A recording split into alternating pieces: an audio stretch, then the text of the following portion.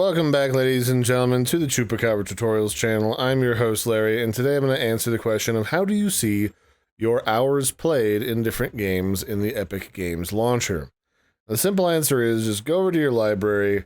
If you're in your big list of games, just go to your installed games, or if you know one that you've been playing a lot of, just find it. And then you can go over here, here's the game, and there's these three little dots across from the name where I can click it.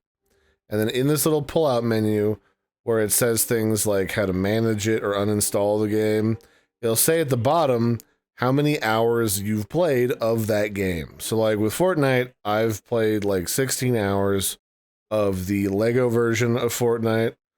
And you can see this with almost any type of game except for ones that have their own launcher. Because the launcher then launches the game, and the only thing Epic really tracks is how much time you sit AFK with the launcher open.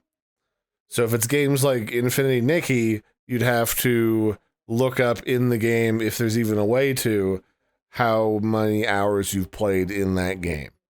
So just so you know. That's it for this one, ladies and gentlemen. I've been your host, Larry. Don't forget to like and subscribe, and I'll catch you next time. Bye, everybody, and have a good one.